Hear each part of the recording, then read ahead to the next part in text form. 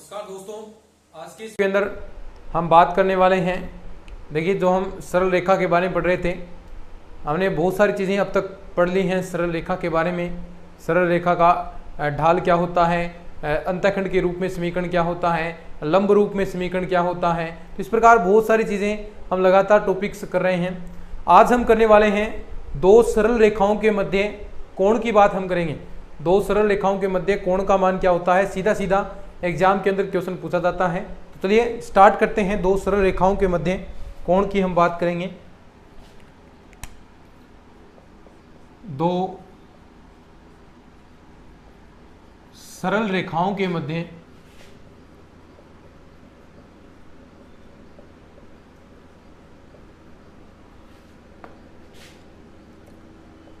दो सरल रेखाओं के मध्य कोण। ठीक है, देखिए कैसे हम दो सरल रेखाओं के मध्य कोण निकालेंगे। ये मान लीजिए आपके पास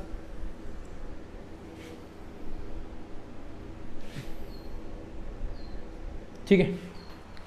अब इसके अंदर दो आपकी सरल रेखाएं हैं जो एक दूसरे को प्रतिच्छेद कर रही हैं। इस प्रकार एक रेखा मान लीजिए ये है, दूसरी रेखा आपकी ये है। अब दो सरल रेखाओं के मध्य कोण, अब सीधे तौर पर आप देख सकते हैं दो सरल रेखाओं के मध्य कोण किसकी बात हो रही है, इसकी। तो ये मान लिया हमने थीटा एंगल। ठीक है, अब ये एंगल हमने मान लिया आपका, मान लीजिए ये आपका φ1 है। ठीक है, तो ये एंगल कितना हो गया, φ2। यानी एक्स एक्स से हम कोण बना रहे हैं। तो इस रेखा ने कोण बनाया है φ1 और इसने बनाया है φ2। अब एक चीज आप जानते हैं, त्रिभुज के जो नियम से, त्रिभुज का नियम होता है, यानी इन दोनों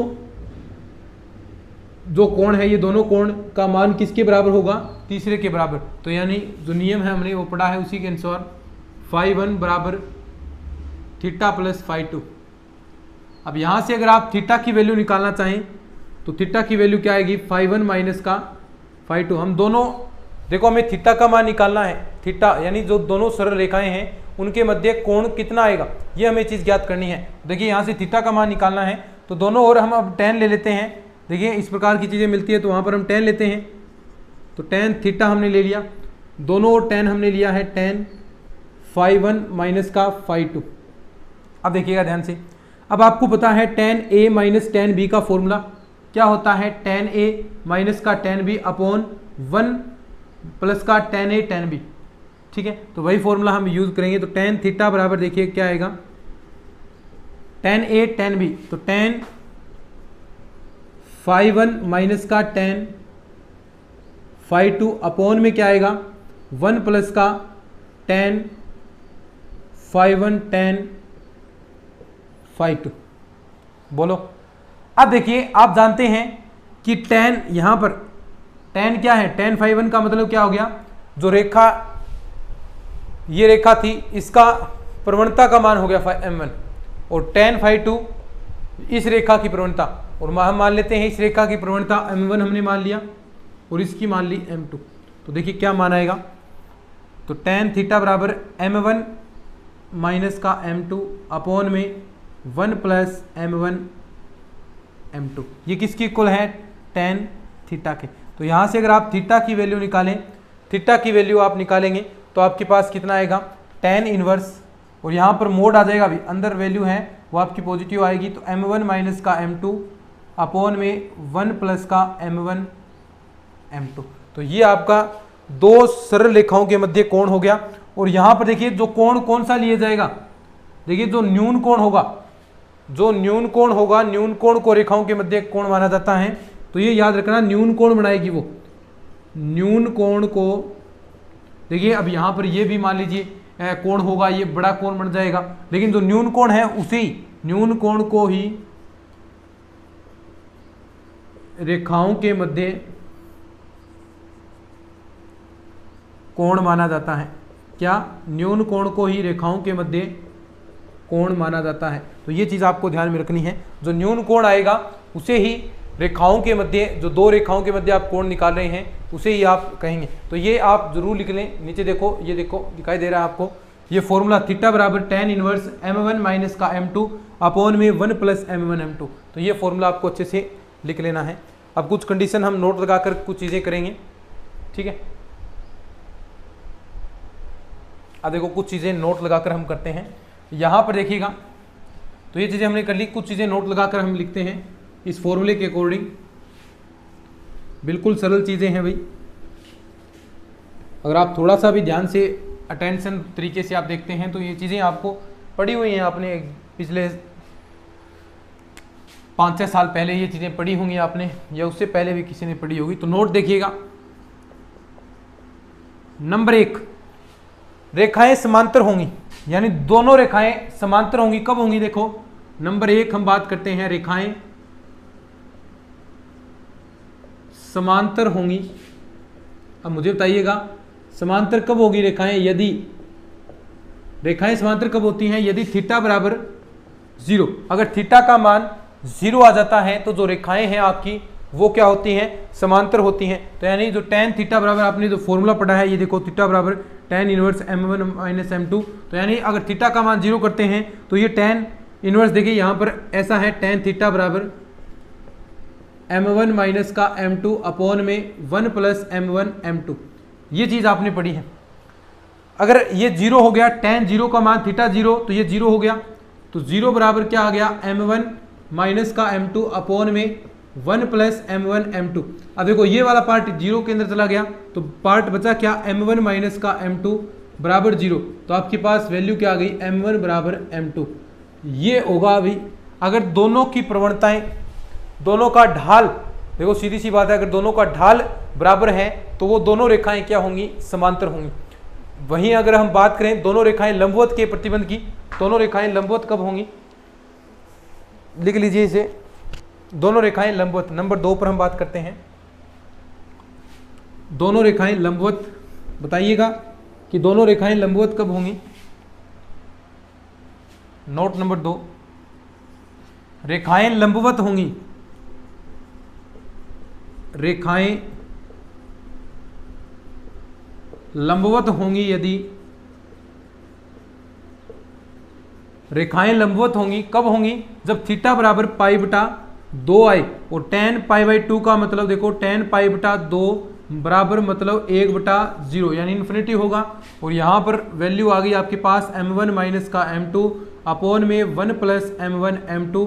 यहाँ से देखिए ये वाला इधर 0 हो जाएगा, ये इधर आपका बच जाएगा, तो पार्ट आपके पास क्या बचा? 1 प्लस m1 m2 बराबर 0।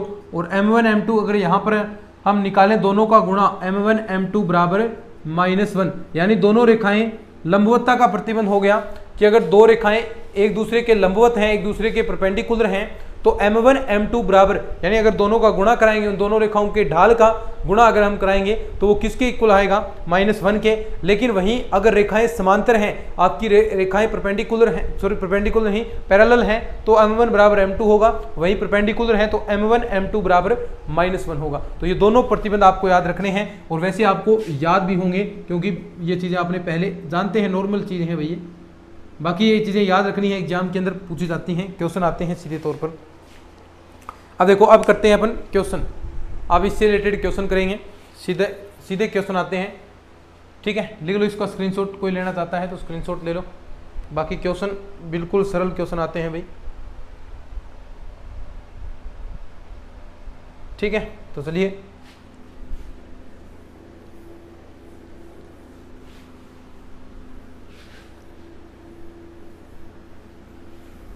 अब देखो क्वेश्चन करते हैं।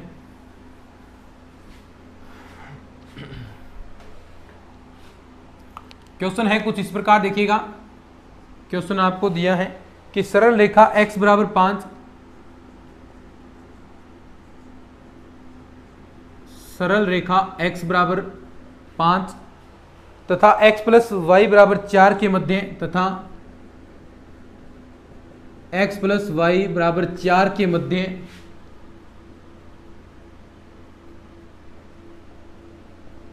कोण ज्ञात करो, ठीक है। ये आ गई। अब दोनों रेखाओं के मध्य आपको कोण ज्ञात करना है, तो वेरी सिंपल है भाई। कैसे करेंगे बताओ शाबाश, कैसे करोगे? देखो सबसे पहले तो आपको देखिए वही फॉर्मूला पता होना चाहिए। फॉर्मूला क्या है? कोण निकालना है, तो tan थीटा बराबर, चूंकि tan थीटा बराबर क्या होगा? m1 माइनस का m2 अपॉन में,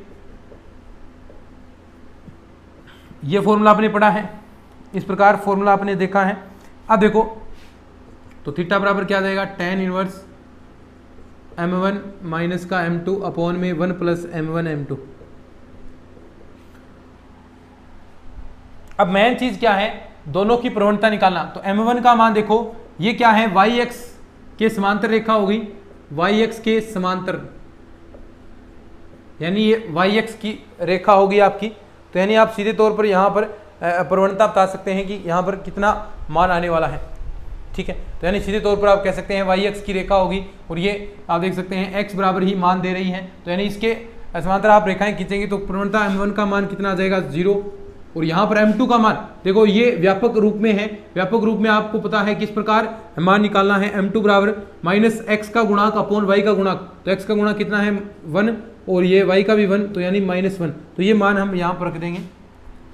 तो थीटा बराबर tan इनवर्स m1 0 हो गया, m2 कितना है देखिएगा, m2 माइनस माइनस क्या हो गया, प्लस हो गया। नीचे देखिए 1 प्लस m1 m2, ये मान फिर 0 हो जाएगा, यहाँ बचेगा 1। तो यानी यहाँ पर tan इनवर्स कितना मान आ जाएगा, tan इनवर्स tan, एक को क्या लिख सकते हैं, tan π/4, tan से tan कैंसिल, tan इनवर्स से tan कैंसिल। तो थीटा बराबर π/4, यानी थीटा का मान कितना आ गया, 45 डिग्री। कितना मान आ गया, 45 डिग्री। तो ये आप इन दोनों रेखाओं के मध्य कोण आएगा। और वैसे आप ये कोण निकाल भी सकते हैं, यानी जो चीज़ें आप व्यक्त करके देखेंगे कौन सी कहाँ से गुजर रही है, और दोनों रेखाओं के मध्य कोण सीधे तौर पर आपका कोण निकल जाएगा कितना आएगा, ठीक है। अब देखो आगे क्वेश्चन में बढ़ते हैं।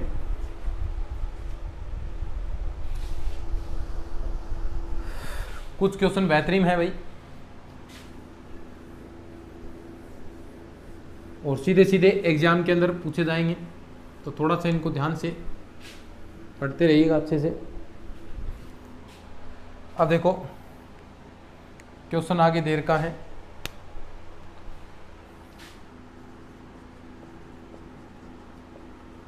x तथा 3 - 1 व 4 -2 को मिलाने वाली रेखा के मध्य कोण, व 4 -2 को मिलाने वाली रेखा के मध्य कोण पूछा है, ठीक है। x तथा 3 - 1 व 4 -2 को मिलाने वाली रेखाओं के मध्य कोण पूछा है। तो वही सेम टू सेम देखो, x है, सबसे पहले एक रेखा होगी, तो x दिया है, x की प्रवणता कितनी होती है, y m1 मान लो या m2 मान लो, इसे m1 मान लो, एक ही बात है। तो m1 बराबर कितना हो गया, 0। अब निकालनी हमें ये रेखा, तो सबसे पहले इस रेखा की प्रवणता आप निकाल सकते हैं या नहीं निकाल सकते। देखो दो बिंदु दे रखे हैं, दो बिंदुओं से गुजर रही है, तो उसकी प्रवणता निकाल सकते हैं। कैसे निकलेगी, m2 बराबर कैसे निकलती है, y2 - y1। तो y2 देखो -2 ही है ना, एक मिनट भाई, हाँ -2 ही है। तो y2 माइनस का y1, तो यानी यहाँ पर -2 और ये +1 हो गया। नीचे x2 - x1, तो 4 - का 3। तो यहाँ पर देखिए क्या बचेगा आपका, -1। तो यानी m2 का मान आ गया -1। अब वही सेम टू सेम तरीका, ये 0 आ गया। अभी हमने किया था कैसे, थीटा का मान आपने निकाला था, अभी सेम टू सेम वही मान आएगा, कोई फर्क ही नहीं आएगा। देखो सेम टू सेम, प्लस का 1, नीचे वही आपका 1 बच जाएगा। ये आपका थीटा का मान आ गया π/4। बोलो थीटा का मान कितना आ गया, π/4। तो वही सेम टू सेम आपका मान आ जाएगा। अब देखो आगे क्वेश्चन और करते हैं।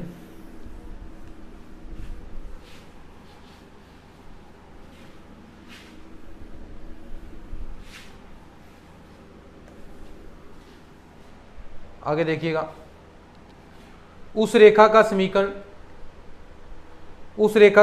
आपको निकालना है। देखिए क्वेश्चन है, उस रेखा का समीकरण जो बिंदु 2,1 से, जो बिंदु 2,1 से तथा 1 व 4,3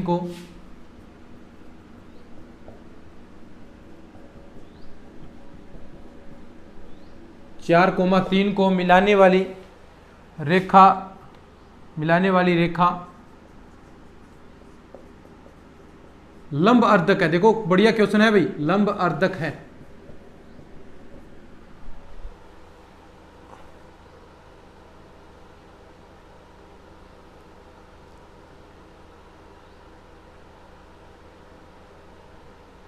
ठीक है, लंब अर्धक है, यानी उस रेखा का समीकरण जो बिंदु, देखिए ध्यान से सुनिएगा एक एक चीज। देखिए सबसे पहले दे दिया उस रेखा का समीकरण जो बिंदु 2,1 और 3 को मिलाने वाली, तो देखो इनको मिलाने वाली रेखा, थोड़ा सा नीचे बनाता हूं मैं, इनको मिलाने वाली रेखा ये होगी 2,1 व 4,3। अब इनको मिलाने वाली रेखा का लंब अर्धक, यानी ऊपर लंब डाल रखा है, और ये लंब अर्धक कैसे कह रहा है कि इसको दो बराबर भागों में बांट रहा है। अब ये इतना पार्ट भी सेम है, इतना पार्ट भी एक जैसा है, और ये यहां पर लंब अर्धक है। अब देखो इस बिंदु के आप निर्देशांक निकाल सकते हैं क्या, और फिर इस रेखा का समीकरण निकालना है। देखो यहां से एक तो मैं इस रेखा का ढाल निकाल लूं, अब रेखा का ढाल निकाल लूं, दोनों लंबवत हैं, तो लंबवत वाले प्रतिबंध से यानी सीधे तौर पर कह सकते हैं m1 m2 बराबर -1 होता है। एक आपने निकाल लिया तो दूसरा ऑटोमेटिक आपका निकल जाएगा, यानी जो आपने इसका आएगा उसका माइनस लगाकर 1 बटा कर दो, वो आपका लंब वाली का आ गया। ठीक है, और एक चीज, एक बिंदु और चाहिए, बिंदु कौन सा होगा, इस बिंदु से गुजरेगी। अब ये बिंदु आपको निकालना है। अब पॉइंट के अंदर मैंने निकाला था कि मध्य बिंदु, देखो ये मध्य बिंदु है, तो इसका आप मध्य बिंदु निकाल सकते हैं। कैसे निकलेगा मध्य बिंदु, बताओ मध्य बिंदु कैसे निकलेगा। देखो x1 प्लस x2, x1 यही होता है ना, x1 प्लस x2 बटा 2, y1 प्लस y2 बटा 2, यही तो होता है फॉर्मूला। तो यहां से देखो x1 प्लस x2 निकल जाएगा, 2 और 4 6 बटा 3, यानी 3 आ गया।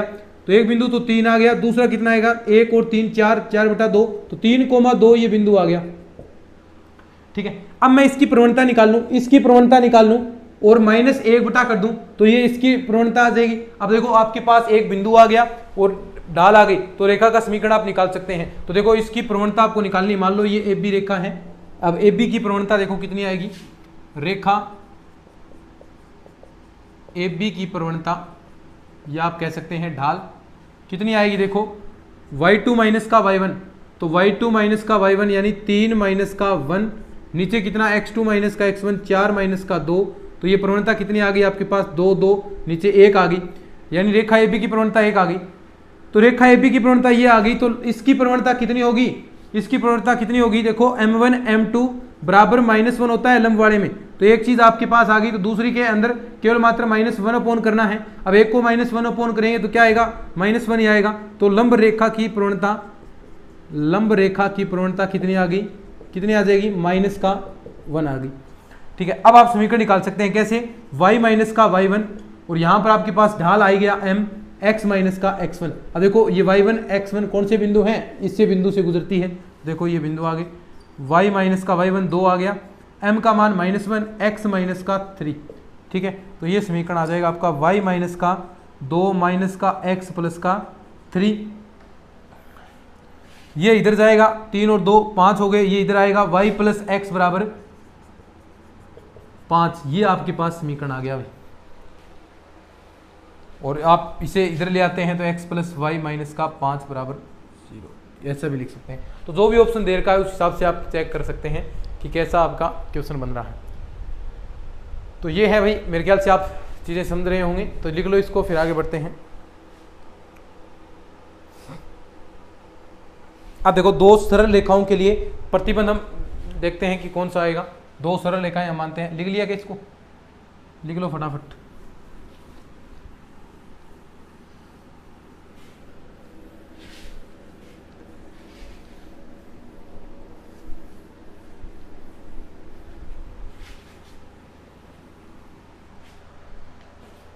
दो सरल रेखाओं का प्रतिबंध,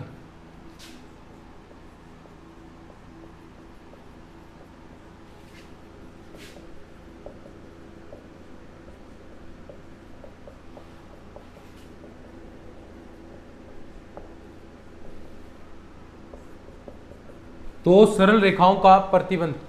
ठीक है, ऊपर तक दिख रहा है क्या, ये लो नहीं दिख रहा। ठीक है, अब देखो मान लेते हैं दो सरल रेखाएं आपके पास, ये दो सरल रेखाएं हैं, इनके प्रतिबंध की हम बात करेंगे। तो ax1 plus B y1 plus c1 बराबर 0। दूसरी हमने मान ली ax2 plus by2 plus c2 बराबर 0। अब देखो इसमें सबसे पहला आता है कि ये रेखाएं समांतर होंगी, दोनों नंबर 1 समांतर होंगी। अब देखो दोनों समांतर कब होंगी, रेखाएं समांतर कब होंगी, जब ये समान अनुपात के अंदर हो। कौन सा, देखो ऐसे a1 by a2 बराबर b1 by b2, लेकिन जो आपके अचर पद हैं ये समान नहीं हो। अगर ये समान हो गए तो वो रेखा क्या हो जाएगी, संपाती हो जाएगी, उसी के ऊपर रेखाएं बनने लग जाएंगी। तो ये आपका प्रतिबंध होता है समांतर रेखाओं के लिए। दूसरा लंबवत रेखाओं के लिए, नंबर 2 लंबवत होंगी। दूसरी बात है कि लंबवत होंगी। लंबवत कब होंगी, जब देखिए कि a1 a2 प्लस का b1 b2, यानी इन दोनों के a1 a2 plus b1 b2 अगर उसका मान 0 आ जाता है तो दोनों रेखाएं क्या होंगी, लंबवत होंगी। नंबर 3 संपाती होंगी। संपाती होंगी, संपाती कब होंगी, जब सारी चीजें बराबर हो जाएं। कौन कौन सी, देखिए कि a1 अपॉन a2 बराबर b1 अपॉन b2 बराबर c1 अपॉन c2। अगर ये कंडीशन आती है तो रेखाएं आपकी क्या होती हैं, संपाती होती हैं।